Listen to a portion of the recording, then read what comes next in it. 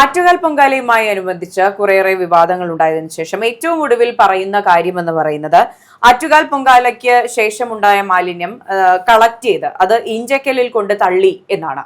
ഇപ്പോൾ BJP ഭരിക്കുന്ന corporation ഏറ്റവും കൂടുതൽ CPM പഴിക്കുന്നത് ഇതിന്റെ പേരിലാണ്. നിങ്ങൾക്കൊരു മാലിന്യ സംസ്കരണ പ്ലാന്റ് ഇല്ല, നിങ്ങൾക്കൊരു മാലിന്യ സംസ്കരണ പ്ലാന്റ് ഇല്ലാത്തത് കൊണ്ട് ഇഞ്ചക്കലിൽ കൊണ്ടുപോയി ഈ പറഞ്ഞ മാലിന്യങ്ങളെല്ലാം തള്ളുന്നു എന്നുള്ള ആരോപണമാണ് CPM പ്രധാനമായും ഉയർത്തി കാണിക്കുന്നത്. അപ്പോൾ കഷ്ടിച്ച് 3 മാസത്തോളം മാത്രം ഭരണമുള്ള BJP കോർപ്പറേഷനെ, അതായത് നമ്മുടെ VV രാജേഷ് മേയറായുള്ള BJP കോർപ്പറേഷനെ താറടിച്ചു കാണിക്കാൻ CPM ഇനിയും ഏതറ്റം വരെയും പോകാനുള്ള സാധ്യത തന്നെയല്ലേ? അതായത് മേഘ, ഇതിൽ നമ്മൾ മനസ്സിലാക്കുന്ന ഒരു കാര്യം എന്ന് പറയുന്നത് കഴിഞ്ഞ 45 വർഷമായിട്ട് ഈ പറയുന്ന തിരുവനന്തപുരം നഗരം ഭരിക്കുന്നത് CPM ആണ്. അതെ. അപ്പോൾ ഒരു തിരുവനന്തപുരത്ത് നമ്മൾ തിരുവനന്തപുരം നിവാസി എന്ന രീതിയിൽ നമ്മൾ കണ്ടിട്ടുള്ളത് ഇവരുടെ ഒരു അട്ടിപ്പേർ അവകാശമായിരുന്നു തിരുവനന്തപുരം നഗരസഭ. എൻ്റെ ഈ പ്രായത്തിനിടയ്ക്ക് ഞാൻ കണ്ടിട്ടുള്ളതെല്ലാം ഇവരുടെ കുത്തകയായിരുന്നു. മേഘറിയോ, ഒരു വീട് വെക്കാനായി ഞാൻ തിരുവനന്തപുരം നഗരത്തിൽ ഒരു വീട് വെക്കുന്നതിന് വേണ്ടി എല്ലാവരുടെയും സ്വപ്നമാണ് വീട്.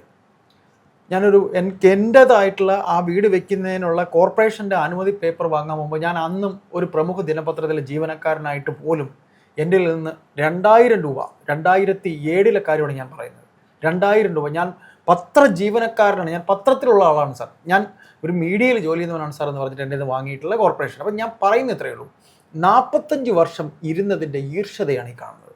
അവിടുന്ന് ഇപ്പം ഇന്നലെ വരെ അവരുടെ കയ്യിലാണ് ഇതെല്ലാം അവർ കൊണ്ടുവിടുന്നത്. ആറ്റുകാൽ പൊങ്കാല നടക്കും, പൊങ്കാല നടന്നു കഴിയുമ്പോൾ ക്ലീനിങ് നടക്കും, അതെല്ലാം നല്ല കാര്യമാണ്.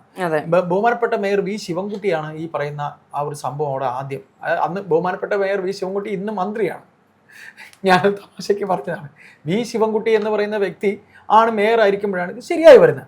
അപ്പം 45 വർഷം ഭരണത്തിലിരിക്കുമ്പോഴും ഇതല്ലായിരുന്നു അവിടെ ചെയ്തിരുന്നത്. അത് ഈ പറയുന്ന രീതിയിൽ അന്നും ഈ പറയുന്ന ഇത് പൊങ്കാല കൊണ്ട് തള്ളിയിരുന്നത് എവിടെയാണ്? ചെറുവയ്ക്കലും ഈ പറയുന്ന ഇഞ്ചക്കലും. ഇത് സ്വാഭാവികമായിട്ടുണ്ട്. അപ്പൊ ഇത് സഖാക്കൾക്ക് തങ്ങളുടെ ആ ഒരു ഷൈനിങ് നടത്താൻ വേണ്ടി പറ്റിയില്ല. അത് തന്നെയാണ്. ഒന്ന് ആലോചിച്ച് നോക്കൂ, കഴിഞ്ഞ 20 വർഷമായി ഈ പറഞ്ഞ ആറ്റുകാൽ പൊങ്കാല തുടങ്ങിയിട്ട് വർഷങ്ങളായല്ലോ. അപ്പോൾ ഈ കഴിഞ്ഞ 20 വർഷങ്ങളായി ഈ പറഞ്ഞ മാലിന്യങ്ങളെല്ലാം കൊണ്ട് ശേഖരിച്ച് കൊണ്ട് കളയുന്നു, കൊണ്ട് തള്ളുന്നത് ഈ പറഞ്ഞ ഇഞ്ചക്കലും ചെറുവയ്ക്കലുമാണ്. ഈ 45 വർഷത്തോളം തിരുവനന്തപുരം പോലെ ഒരു ജില്ലയിൽ തിരുവനന്തപുരം നഗരസഭയുടെ പിതാക്കന്മാരായിരുന്ന പല മേയർമാരും കടന്നുപോയി. 45 വ്യക്തികൾ കടന്നുപോയി.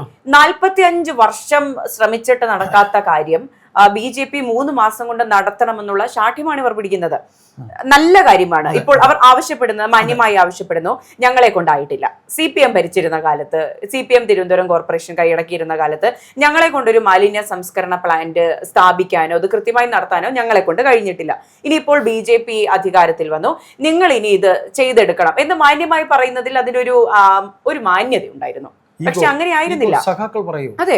ഇപ്പൊ എനിക്കൊന്ന് ഞാൻ കഴിഞ്ഞ ചർച്ചയിലും പറഞ്ഞിട്ടുണ്ടായിരുന്നു, ഇപ്പോഴത്തെ മേയറായ VV രാജേഷിനെ നമ്മൾ കാണുമ്പോൾ പുള്ളിയെടുത്ത് ഞങ്ങൾ സംസാരിക്കുമ്പോൾ അദ്ദേഹം ഞങ്ങളോട് പറഞ്ഞ കുറേയധികം ചെയ്യാനുള്ള കാര്യങ്ങളിൽ ഒന്ന് മാലിന്യ സംസ്കരണം തന്നെയായിരുന്നു. അത് അവരുടെ കൃത്യമായ അജണ്ടയിലുണ്ട്. പൊളൈറ്റ് ആയിട്ടുള്ള ഒരു നേതാവാണ് കേട്ടോ. അദ്ദേഹത്തിനൊക്കെ ഇവർ കാര്യമൊക്കെ പറഞ്ഞാൽ അദ്ദേഹം ചെയ്യുകയൊക്കെ ചെയ്യും. അത് നമ്മൾ ഇതില് മേഘ വേറൊരു കാര്യം കൂടി നമ്മൾ പറയാനുണ്ട്, ഈ പാർക്കിംഗ് മാഫിയ. അതെ, തിരുവനന്തപുരത്ത് പാർക്കിംഗ് മാഫിയ. ഞാൻ അതുകൂടെ എനിക്കിതിൽ പറയാതെ അത് ഒരു കാര്യം കൂടെ സൂചിപ്പിക്കാം. ഈ പറഞ്ഞ ആറ്റുകാൽ പൊങ്കാലയുടെ തലേ ദിവസം മാധ്യമങ്ങളിലെല്ലാം വലിയ രീതിയിലുള്ള വാർത്ത വന്നിരുന്നു. കാരണം അനധികൃതമായി പാർക്കിംഗ് ഫീസ് ഈടാക്കുന്ന ഈ പറഞ്ഞ ആറ്റുകാൽ ഏരിയയിലുള്ള കുറച്ച് സ്ഥലങ്ങളിൽ അധികമായി ഫീസ് ഈടാക്കുന്നുണ്ട്, പാർക്കിംഗ് ഫീസ്. ഇത് തടയുന്ന രീതിയിലുള്ള നടപടികൾ മേയർ എടുത്തിട്ടുണ്ട്. ഈ അനധികൃത പാർക്കിംഗ് ഫീസ് ഈടാക്കിയ എല്ലാവർക്കുമെതിരെ ഫൈൻ ചുമത്തിയിട്ടുണ്ട്. ഇതെല്ലാം വാർത്തയായിരുന്നു. എന്നാൽ അതിനുശേഷം ഉണ്ടായ കുറച്ച് അപാകതകൾ, മനഃപൂർവ്വം ഉണ്ടാക്കിയ കുറച്ച് പിഴവുകൾ എടുത്തു കാണിക്കുന്നതിൽ ഈ പറഞ്ഞ മുഖ്യധാരാ മാധ്യമങ്ങളും അതുപോലെ തന്നെ CPM നറേറ്റീവ് കൊണ്ടുവരാൻ ശ്രമിക്കുന്ന മാധ്യമങ്ങളും CPM പ്രവർത്തകരും സൈബർ പോരാളികളും എല്ലാം ഇതിൽ ശ്രമിച്ചിട്ടുണ്ട്. അല്ല മേഘ, ഇതില് ഒരു കാര്യം കൂടെ പറയാതെ പോകാൻ കഴിയില്ല. ഈ മാഫിയ എന്ന് പറയുന്ന ഈ പാർക്കിംഗ് മാഫിയ തുടങ്ങിയിട്ട് ഫുട്പാത്ത് മാഫിയ അവിടെയുണ്ട്. ഫുട്പാത്തും കയ്യേറി ചെയ്യുന്നുണ്ട്. ഇവരുടെ മച്ചമ്പിമാരാണ്. പോലീസ് ഒന്നും ചോദിക്കുവാണ്, ആര് ചോദിച്ചോളാം നിന്റെ അടുത്ത് ഈ ഫുട്പാത്ത് കച്ചവടം ചെയ്യാൻ? അത് ഒരു നേതാവിന്റെ പേരങ്ങ് പറയും തലസ്ഥാനത്തെ. പോലീസ് എന്ത് ചെയ്യും? നിങ്ങൾക്കറിയോ, തിരുവനന്തപുരത്തെ ഇപ്പോൾ പാർട്ടി CPM എന്ന് പറയുന്ന പാർട്ടിയുടെ ജില്ലാ സെക്രട്ടറി ആയിരിക്കുന്ന ജോയിക്കൊരു കളിക്ക് ഈ പറയുന്ന ഞാനും ജോയിയൊക്കെ ഏതാണ്ട് ഒരേ പ്രായക്കാരാണ്. അദ്ദേഹത്തിന് വരുന്ന പേര് തൊണ്ട് ജോയി എന്നാണ്. അദ്ദേഹത്തിന് വരുന്ന പേര് അഴൂർ ജോയി, തൊണ്ട് ജോയി എന്നാണ്. ഈ അഴൂർ ജോയി എന്താണ്, ജോയി എങ്ങനെയാണ് തിരുവനന്തപുരത്ത് ഈ പേരുകാരനായെന്നുള്ള അറിയോ? തിരുവനന്തപുരത്ത് മേഘയും തിരുവനന്തപുരത്ത് നിന്ന് എറണാകുളത്തേക്ക് യാത്ര ചെയ്യുന്ന, ട്രെയിനിൽ യാത്ര ചെയ്യുന്ന ഒരു വ്യക്തിയാണ്, ഞാനുമാണ്. അവിടെ വണ്ടി വെക്കുന്നത് കണ്ടിട്ടുണ്ടോ? വണ്ടി വെക്കുന്നത് കണ്ടിട്ടുണ്ടോ? അഴൂർ ജോയി ആ വണ്ടി പാർക്കിങ്ങിൻ്റെ കോൺട്രാക്ട് പിടിച്ചുകൊണ്ടാണ് തിരുവനന്തപുരത്ത് അങ്ങനെ ഒരു രാജാവായി വന്നു തുടങ്ങുന്നത്. അഴൂർ ജോയി തിരുവനന്തപുരത്ത് വന്ന് തിരുവനന്തപുരത്ത് തമ്പാനൂര് വണ്ടി പാർക്കിംഗ്, ബൈക്ക് പാർക്കിങ്ങിൻ്റെ കോൺട്രാക്ട് ജോയിയാണ് എടുക്കുന്നത്. ജോയി അണ്ണനാണ് കോൺട്രാക്ട്. ഇത് അവിടെ വണ്ടി വെക്കുന്നവന് എന്തെങ്കിലും അവൻ്റെ വണ്ടിയുടെ സ്പെയർ പാർട്സ് പോയാൽ അവിടെ ഇരിക്കുന്നുണ്ട് ചോദിക്കും, ചേട്ടാ ഞങ്ങൾ കാശ് തന്നിട്ടില്ലേ പോയത്, വണ്ടിയുടെ സ്പെയർ പാർട്സ് കാണാനല്ല, പോടാ പോടാ, ഇതാണ് പറഞ്ഞുകൊണ്ടിരുന്നത്. ഈ ജോയിയാണ് ഇന്ന് ജില്ലാ സെക്രട്ടറി ആയിട്ടുള്ളത്. അപ്പോൾ ഈ പറയുന്ന പോലെ BJP വക്താക്കൾ പറയുന്ന പോലെ ഇപ്പോൾ ആരാണ് ജില്ലാ സെക്രട്ടറി? റഹീമാണ്. അതെ, എനിക്കൊന്നു ഈ പറഞ്ഞ വർക്കലയിൽ മത്സരിക്കാനായി അദ്ദേഹത്തെ മാറ്റിക്കൊണ്ട്, അത് വേറൊരു വിഷയമാണ്, നമുക്ക് പിന്നെ സംസാരിക്കാം. മറ്റൊരു സ്ഥലത്ത് ഇപ്പോൾ റഹീം, ഡബിൾ എ റഹീമാണ് ഇപ്പോഴത്തെ പാർട്ടിയുടെ ജില്ലാ സെക്രട്ടറി. നമിച്ചു. ആ സീറ്റ് ഇരുന്നവര് എത്ര വലിപ്പമുള്ള ആൾക്കാരെന്നറിയോ?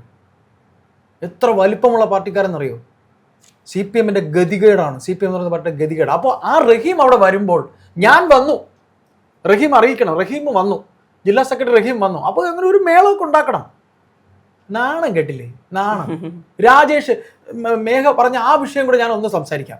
അതായത് തിരുവനന്തപുരത്ത് SME സ്കൂളിനകത്ത് പാർക്കിംഗ്, അതാണ് മേഘ പറഞ്ഞു വെച്ചത്. മേഘ അത് പറഞ്ഞു, അതിൽ കുറച്ചുകൂടെ നമുക്ക് എക്സ്പ്ലെയിൻ ചെയ്യേണ്ടി വരും. അതായത് പൊങ്കാലയ്ക്ക് വരുന്നു മേഘ, തിരുവനന്തപുരത്തിന്റെ ഉത്സവം ഒരു പ്രത്യേക ഒരു വൈബാണ് ഉത്സവം എന്ന് പറയുന്നത്. മേഘക്കതറിയാം, തിരുവനന്തപുരത്തുകാരിയാണ്, എനിക്കറിയാം. ഞാൻ ലീവ് എടുത്ത് പൊങ്കാലയുടെ കാര്യത്തിൽ ഞാൻ പോയൊരു വ്യക്തിയാണ്. കാര്യം അത് അങ്ങനെ ഒരു വൈബ് അവിടെ ഉണ്ട്. നമ്മുടെ ഭക്തിയുടെ എല്ലാവരുടെയും ദൈവമാണ്. ദെൻ അവിടെ വണ്ടി പാർക്ക് ചെയ്യാൻ വന്നവരുടെ വണ്ടികൾ പാർക്ക് ചെയ്യുന്നതിന് 2000 രൂപ പാർക്കിംഗ് ഫീസ്. അത് എന്ത് ധൈര്യത്തിലാണ്? അത് PTA, SME സ്കൂളിനകത്ത് PTA പിടിച്ചു.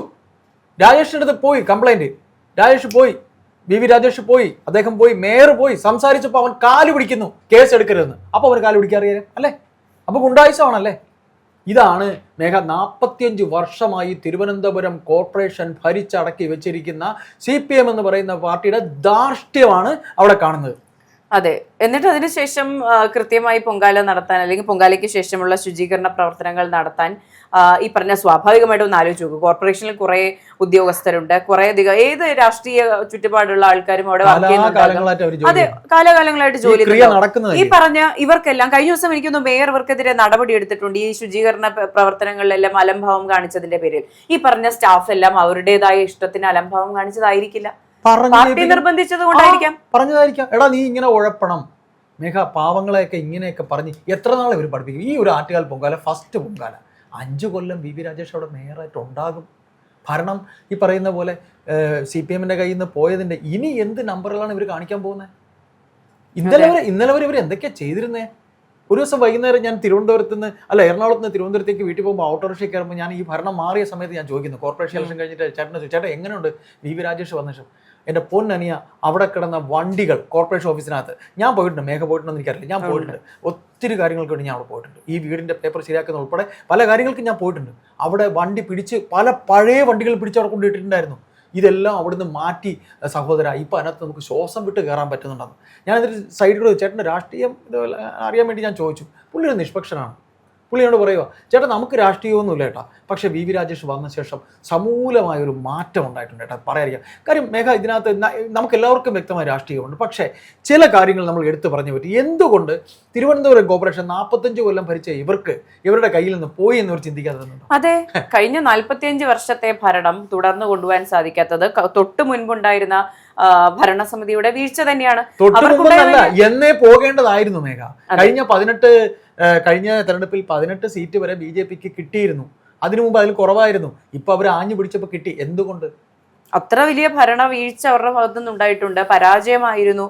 പക്ഷെ അതിനുശേഷം ഒരു കൃത്യമായ ഇപ്പോൾ പറഞ്ഞ VV രാജേഷിന്റെ നേതൃത്വത്തിൽ ഒരു ഭരണസമിതി രൂപീകരിക്കുന്നു. അപ്പോൾ അവർ കൃത്യമായ കാര്യങ്ങൾ ചെയ്യുമ്പോൾ അതിനൊരു സഹായം ചെയ്തു കൊടുക്കുക, ഒന്നുമല്ലെങ്കിലും തിരുവനന്തപുരം കോർപ്പറേഷൻ അല്ലെങ്കിൽ നഗരപരിധി ഭംഗിയായിരിക്കുക എന്നുള്ള ഒരു ഉദ്ദേശം ഉണ്ടാകണമല്ലോ. ഇപ്പോൾ ശുചീകരണ പ്രവർത്തനങ്ങളായിക്കോട്ടെ, CPM കഴിഞ്ഞ ദിവസം ഒരു വലിയ വെല്ലുവിളിയൊക്കെ നടത്തിയിട്ടുണ്ട്. ശനിയാഴ്ച ദിവസം ഞങ്ങൾ ഇറങ്ങി മുഴുവൻ വൃത്തിയാക്കുകയാണ്, അതങ്ങനെ പാളുന്നു. അതിനുശേഷം അത് ഞായറാഴ്ച ദിവസത്തേക്ക് മാറ്റുന്നു. അത് ഉദ്യോഗസ്ഥർ ഞായറാഴ്ച ഇല്ല, പണിയെടുക്കാൻ ആളില്ല, അവർക്ക് ലീവാണ്. പിന്നെ എങ്ങനെ ഞായറാഴ്ച പണിയെടുക്കും? അതും ഒരു പണിയല്ലേ? ഇപ്പോൾ അതെ, ഇത്തരത്തിലുള്ള കൃത്യമായ അജണ്ടയോടുകൂടി അപ്പൊ ഡബിൾ ഇതിന്റെ ബുദ്ധിയായിരിക്കും അല്ലയോ?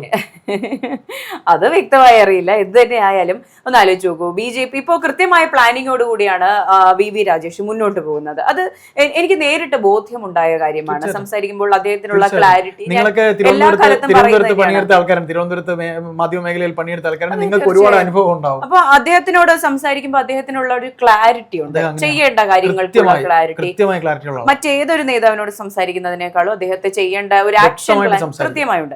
അപ്പോൾ അതിനൊപ്പം നിൽക്കുക എന്നുള്ളതാണ് ഇപ്പോഴത്തെ അജണ്ട. ഇപ്പോ CPM-നെ തിരിച്ച് തിരുവനന്തപുരം കോർപ്പറേഷൻ പിടിക്കണമെന്ന അതിയായ വ്യാമോഹമുണ്ടെങ്കിൽ, മോഹമുണ്ടെങ്കിൽ, നടക്കുകയോ നടക്കാത്തയോ രണ്ടാമത്തെ കാര്യം, നിങ്ങൾ അതിനുവേണ്ടിയുള്ള പ്രവർത്തനങ്ങൾ കാഴ്ചവെക്കുക. ഈ ഒരു മതപരമായ പരിപാടി, ഇപ്പൊ ആറ്റുകാൽ പൊങ്കാല പോലെ മതം മാത്രമല്ല, ഇത്രയും ആൾക്കാരെ ചേർത്ത് നിർത്തുന്ന ഒരു പരിപാടിയിൽ ഇടങ്കോലിട്ടുകൊണ്ടാകരുത് അത് എന്ന് മാത്രമാണ്. നിങ്ങൾ നിങ്ങളുടേതായ ആശയവും അതുപോലെ തന്നെ നിങ്ങൾ ചെയ്യാൻ ഉദ്ദേശിക്കുന്ന കാര്യങ്ങളും മുന്നോട്ട് വെച്ച് സേവനങ്ങൾ ചെയ്ത് കൃത്യമായ രീതിയിൽ അടുത്ത വർഷം വെള്ളം കൊടുത്തോളൂ, നിങ്ങൾ എല്ലാം ചെയ്തോളൂ, അതിലൊന്നും ഒരു തടസ്സവും. കൃത്യമായ ആശയങ്ങൾ മുന്നോട്ട് വെച്ചുകൊണ്ട് അടുത്ത തവണ ഭരണം പിടിക്കാൻ സാധിക്കുമെങ്കിൽ നല്ല കാര്യം. ഇപ്പോൾ ഏതൊരു കോർപ്പറേഷനോ ഏതൊരു ജില്ലയോ ഏതൊരു സ്ഥലമോ ആയിക്കോട്ടെ, അവിടെ കൃത്യമായ കാര്യങ്ങൾ നടക്കണമെന്ന് മാത്രമേ എല്ലാവരും ആഗ്രഹിക്കുന്നുള്ളൂ. അല്ലാതെ ഇങ്ങനെ ഇടങ്കോലിട്ടുകൊണ്ടാകരുത്, ചെയ്യുന്ന മനുഷ്യരെ കൂടി ചെയ്യാത്ത രീതിയിലേക്ക് ആക്കിക്കൊണ്ടാകരുത് ഈ പറഞ്ഞ കാര്യങ്ങൾ എന്ന് മാത്രമേ. അത് കുഴിത്തുരുമ്പെന്ന് തന്നെ നമുക്കതിനെ പറയാം.